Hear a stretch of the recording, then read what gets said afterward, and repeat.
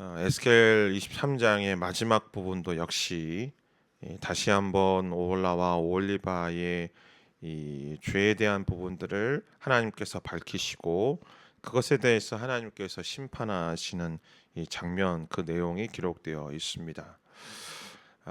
계속적으로 이 에스겔 말씀을 함께 같이 나누면서 말씀드리지만 이 강력한 하나님의 심판의 메시지 속에 담겨져 있는 하나님의 말씀하심은 한 가지입니다. 오늘 마지막 절에도 있지만 그러면 내가 주 여호와임을 너희가 알게 될 것이다.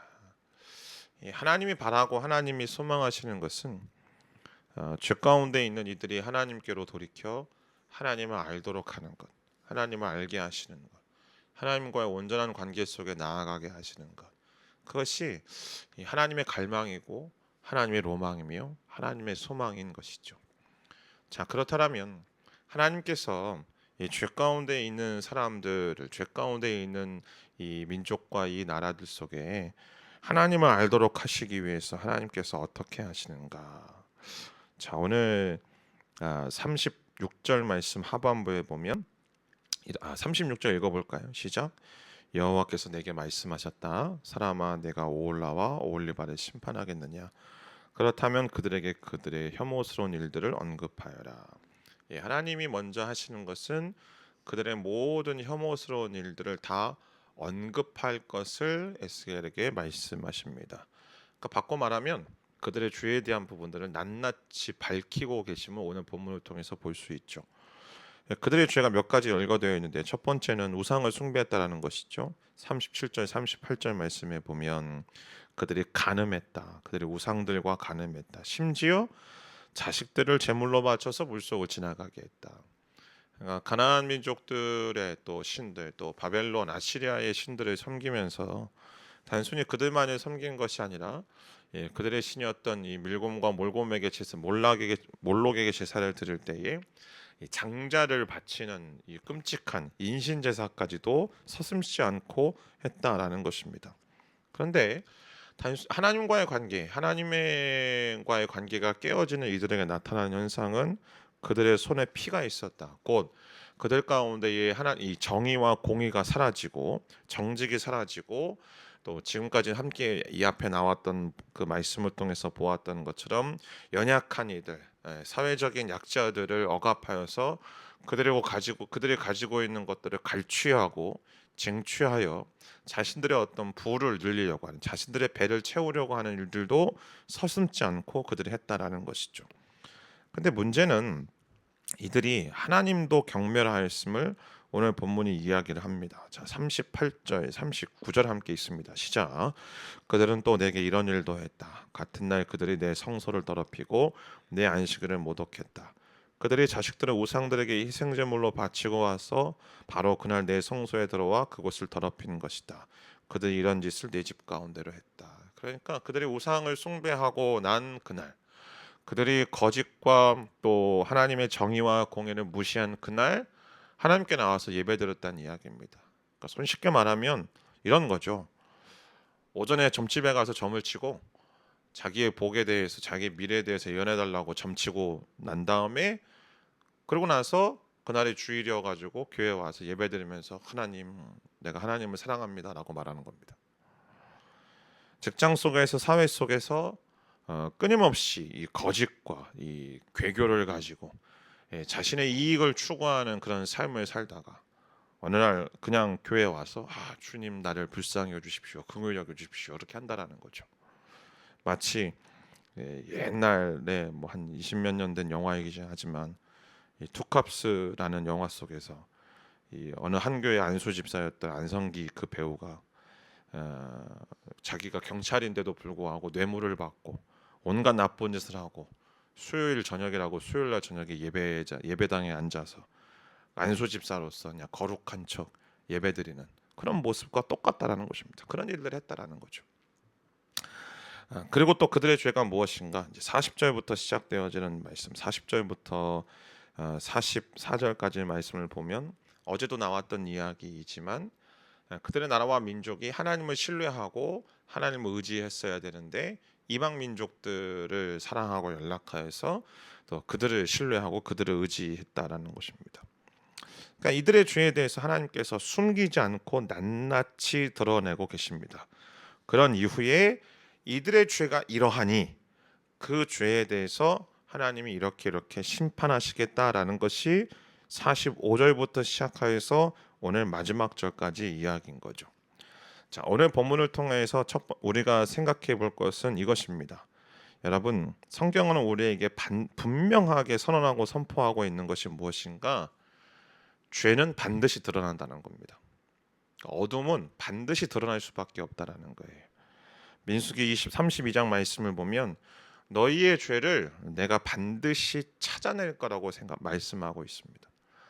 그러니까 사람은 때로 죄를 숨기려고 하고 또 어떤 개인의 은밀한 부분들, 개인의 연약한 부분들을 드러나는 것을 굉장히 힘겨워하고 또 계속적으로 숨기려고 하죠. 그러면서 우리가 이제 익숙하게 쓰는 그런 상투적인 표현처럼 얼마든지 가면을 쓰고 살아갈 수 있는 것이 인간 아닙니까?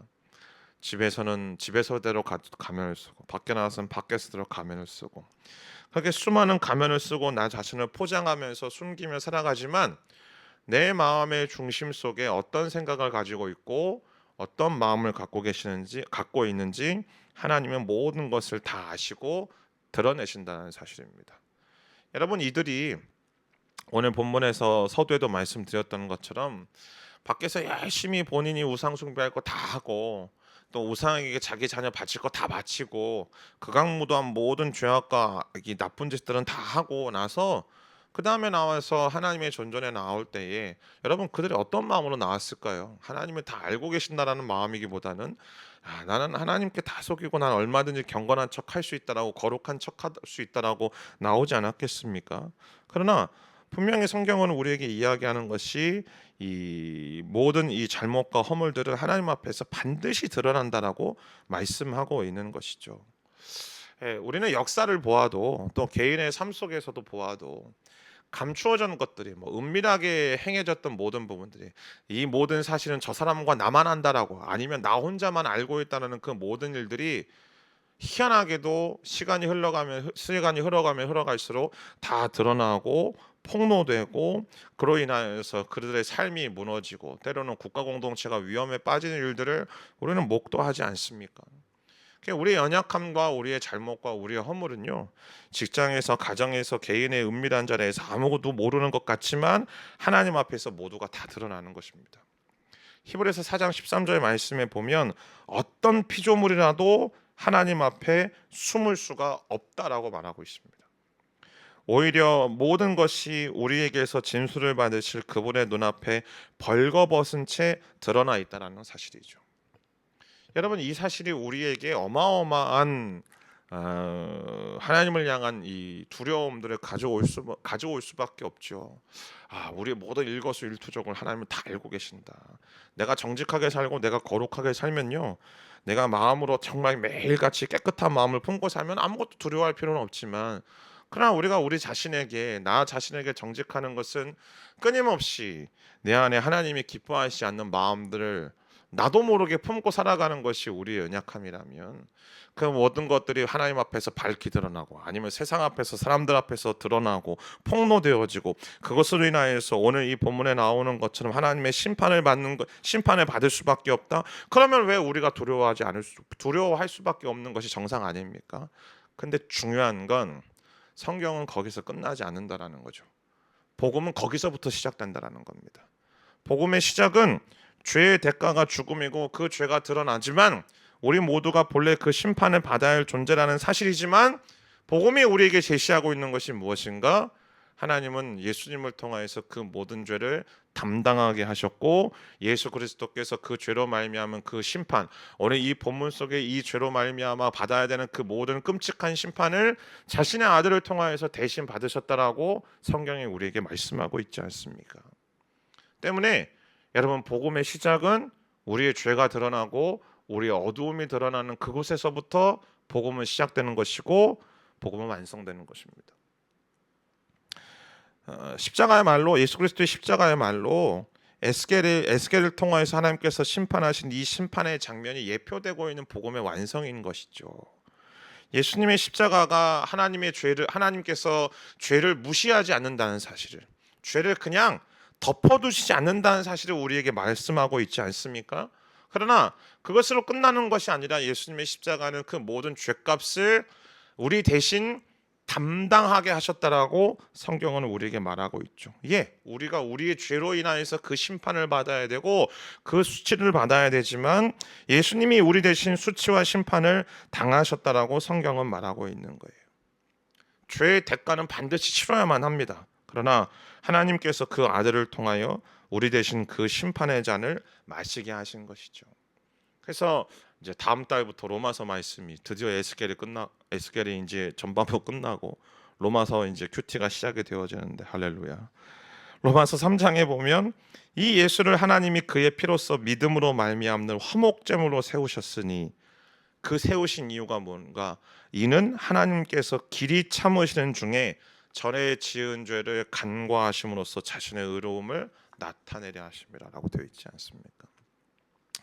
하나님의 복음은요, 죄를 드러냅니다. 그게 하나님의 복음입니다. 그러나 하나님의 복음은 거기서 끝나지 않고 복음은 그 죄를 드러내는 그 자리, 그 현장을 예수 그리스도의 십자가의 은혜로 말미암아 하나님의 모든 분노와 진노를 덮어주신다라고 말씀하고 있습니다.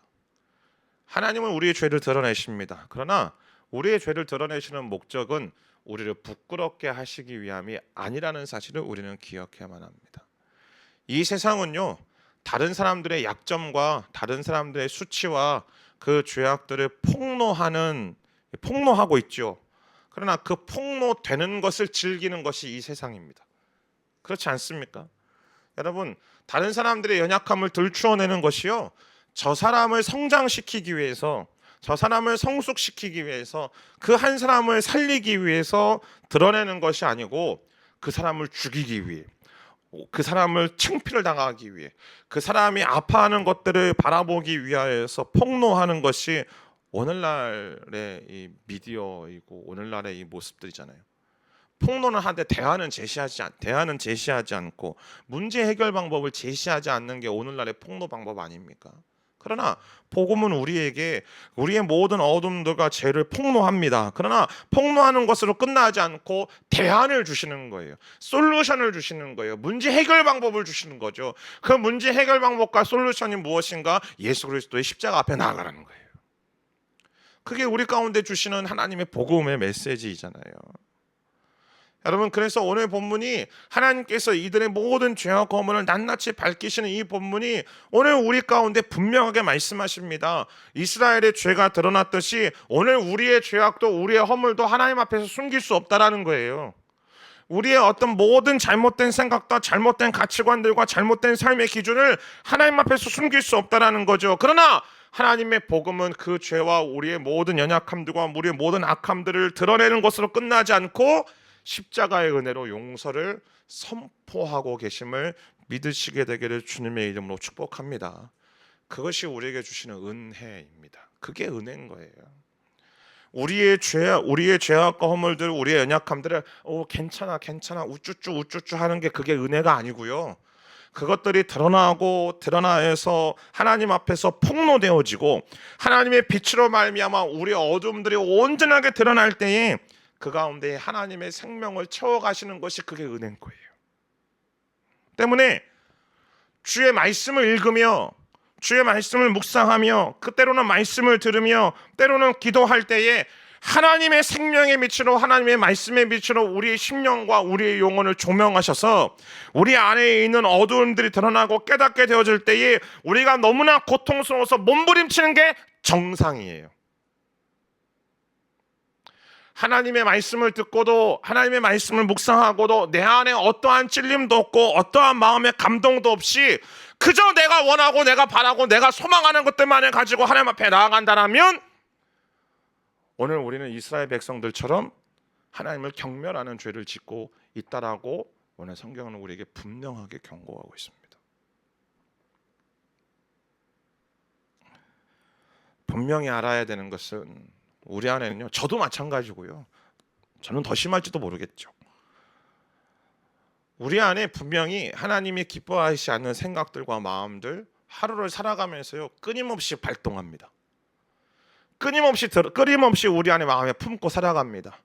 누군가를 향하여서 미워하고 질시하고 내 안에 세상적인 욕망들과 세상적인 가치관들이 나를 향하여서 이 휩싸일 때에 그 가운데 나도 모르게 동의되어지고 나도 모르게 동화되어지는 일들.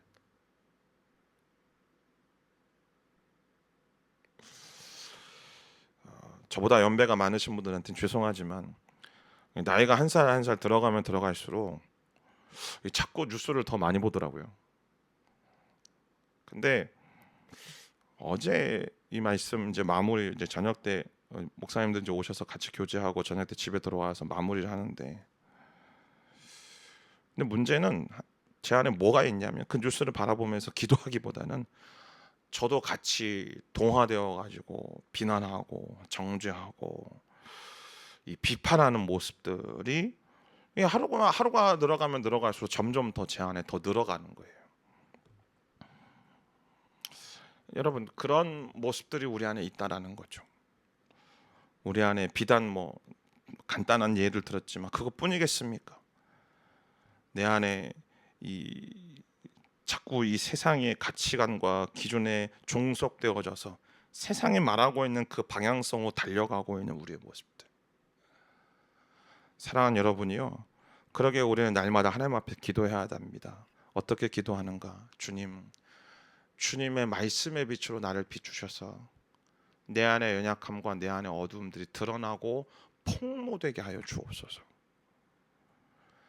그것이 드러나고 폭로될 때 우리가 사는 거예요. 여러분, 그것이 드러나고 폭로된다라고 해서 다 모든 게 다 사람들 앞에서 폭로되어지고 사람들 앞에 드러나는 건 아니에요. 근데 가장 중요한 건 하나님 앞에서는 드러나야 될 거잖아요. 하나님 앞에서는 폭로되어야 되잖아요. 하나님 앞에서는 모든 것이 발가벗은 채처럼 우리가 보여져야만 하나님이 우리를 집도하시고 우리를 치료하실 거잖아요. 아니, 의사 선생님 앞에 가가지고 내가 어디가 아픈지를 정확하게 이야기하지를 않고 내가 어디가 문제가 있는지에 대해서 명확하게 얘기하지 않으면 어떻게 치료가 되겠습니까? 그래서 우리는 기도해야 돼요. 주님, 성령님, 내 안에 임하셔서 내 안의 어둠들과 내 안의 연약함들이 오늘 폭로되게 하여 주시고 주님의 성령의 빛으로 보여지게 하여 주셔서 그걸 가지고 주님 앞에 기도하면 주님 나를 불쌍히 여주시고 긍휼히 여겨주시고 나를 깨끗하게 해주십시오 라고 할 때에 하나님은 우리를 깨끗하게 하시고 회복시키시는 것뿐만 아니라 그런 우리를 통하여서 가정 안에서의 관계, 또 교회 공동체가 이 나라와 이 민족에 하나님의 놀라우신 생명의 빛으로 회복의 빛으로 임하게 하시는 줄 믿습니다. 오늘도 이 놀라운 복음의 은혜 앞에서는 저와 여러분들의 인생이 되어지기를 주님의 이름으로 축복합니다. 기도하겠습니다.